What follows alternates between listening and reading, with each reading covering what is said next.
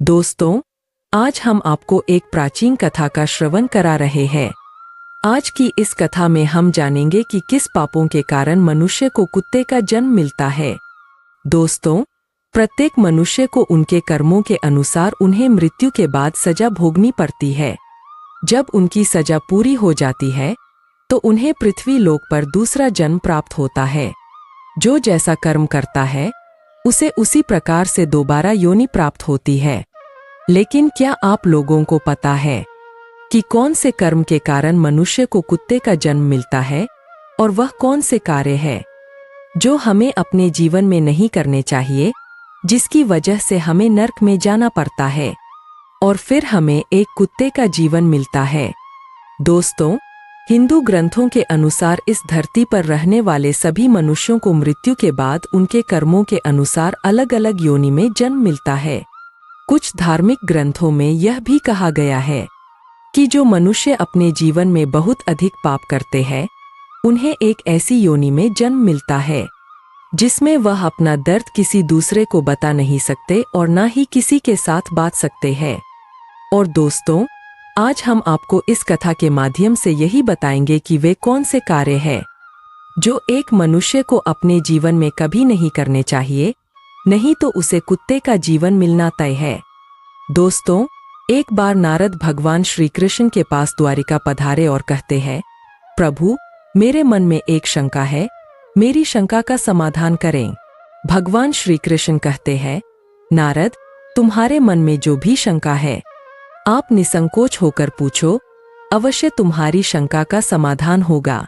नारद कहते हैं, प्रभु, मैं जानना चाहता हूं कि कौन से पाप कर्म करने से मनुष्य को कुत्ता का जन्म मिलता है।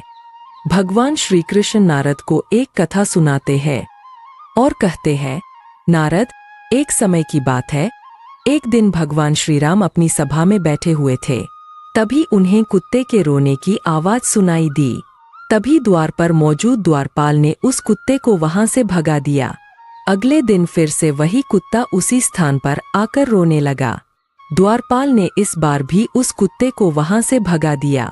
अगले दिन फिर वही कुत्ता उसी स्थान पर आकर फिर से रोने लगा। तो भगवान श्री राम के मन में एक प्रश्न उठने लगा कि आखिर यह कुत्ता रोज रोज मेरे दरबार के बाहर आकर ही क्यों रोता है। और फिर भगवान श्री राम ने उस कुत्ते के रोने का कारण जानना चाहा और द्वारपाल से कहा कि उस कुत्ते को यहाँ बुलाकर लाओ।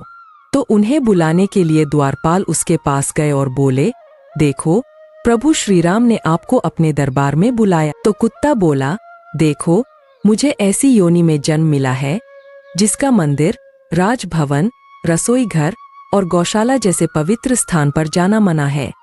तुम जाकर प्रभु श्री राम से कह दो कि वह स्वयं मुझसे मिलने के लिए यहाँ पर आ जाएं।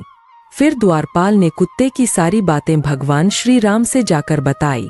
कुत्ते की बात सुनकर भगवान श्री राम स्वयं उस कुत्ते के पास गए और उससे कहा, तुम रोज मेरे दरबार के बाहर आकर क्यों रोते हो। तो कुत्ते ने कहा, प्रभु, मैंने कोई अपराध नहीं किया है, फिर भी एक सन्यासी ने मुझे डंडे से मारा है जिसके कारण मेरा पैर टूट गया है और अब मुझे बहुत पीड़ा हो रही है। इसी पीड़ा के कारण रोज आपके दरबार के बाहर आकर रोता हूँ। भगवान श्री कृष्ण कहते हैं, नारद, उस कुत्ते की पीड़ा को देखकर प्रभु श्री राम को उस कुत्ते पर दया आ गई। फिर भगवान श्री राम ने अपने दरबारी को अपने दरबार में बुलाया और कहा, दरबार जाओ, जाकर वह सन्यासी जहाँ भी हो उसे ढूंढ करके हमारे दरबार में लेकर आओ। भगवान श्री राम की आज्ञा पाते ही उनके सैनिक वहां से सीधा सन्यासी के घर पहुंचते हैं और उस सन्यासी को पकड़कर अपने साथ में लेकर के भगवान श्री राम के दरबार में आते हैं। भगवान श्री राम ने उस सन्यासी से कहा, क्या यह सत्य है कि तुमने इस कुत्ते को डंडे से मारा है जिससे इसका पैर टूट गया है और यह अब ठीक से चल भी नहीं पा रहा। तो इसने क्या अपराध किया है जिसके कारण तुमने इस बेजुबान कुत्ते का पैर तोड़ दिया। तब वह सन्यासी कहता है, हे प्रभु, मैं भिक्षा के लिए रास्ते में जा रहा था, तभी इस कुत्ते ने मेरी भिक्षा का अन्न छू लिया और इसी वजह से मुझे क्रोध आ गया और मैंने डंडे से इसे जोर से मार दिया जिसके कारण इसका पैर टूट गया। सन्यासी की यह बात सुनकर श्री राम ने कहा, क्या आपको पता है कि यह एक ज्ञान विहीन पशु है, यह अपना पेट भरने के लिए ऐसा करता है। और इनको इतनी अकल नहीं कि ऐसा नहीं करना चाहिए। और यदि इस कुत्ते ने आपके अन्न को छू लिया था तो इसमें इसका कोई अपराध नहीं है। ऐसा करना तो इसकी स्वाभाविक प्रवृत्ति है।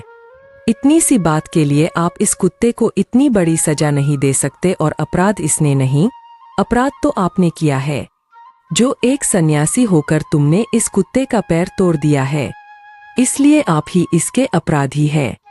भगवान राम ने जब अपने दरबारियों से न्याय के लिए सलाह मांगी तो कोई भी मनुष्य और कुत्ते के बीच की तुलना करके न्याय का सुझाव देने में सक्षम नहीं था, क्योंकि इससे जुड़ा कोई कानून भी उनके पास नहीं था।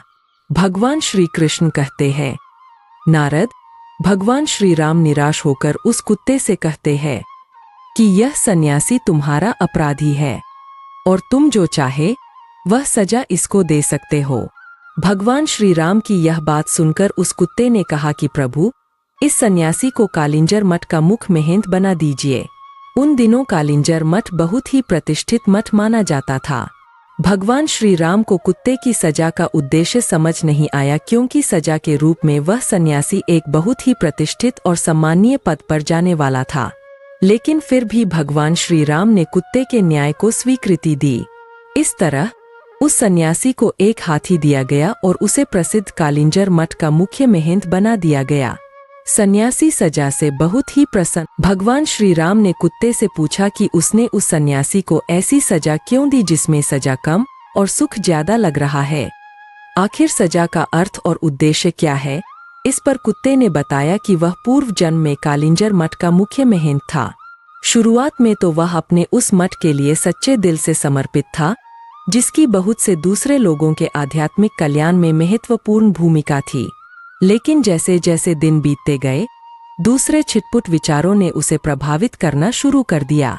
मुख्य महंत के पद के साथ आने वाले नाम और ख्याति ने उसे अहंकारी बना दिया। लोगों ने उसे एक धर्मगुरु की तरह देखना शुरू कर दिया, जबकि वह अंदर से जानता था कि वह धर्मगुरु के योग्य नहीं है, क्योंकि उसके पास उतने गुण नहीं है। अहंकार बस, उसने सुविधाओं की मांग करनी शुरू कर दी और धीरे धीरे अपने आध्यात्मिक कल्याण के लिए उसकी प्रतिबद्धता घटने लगी। इससे उसके आसपास के लोग भी कम होने लगे। बाद में उसने खुद को पहले जैसा बनाने की बहुत कोशिश की, लेकिन तब तक उसने सब कुछ गवा दिया। वह सन्यासी भी गुस्से में है, कुंठित है और निराश भी।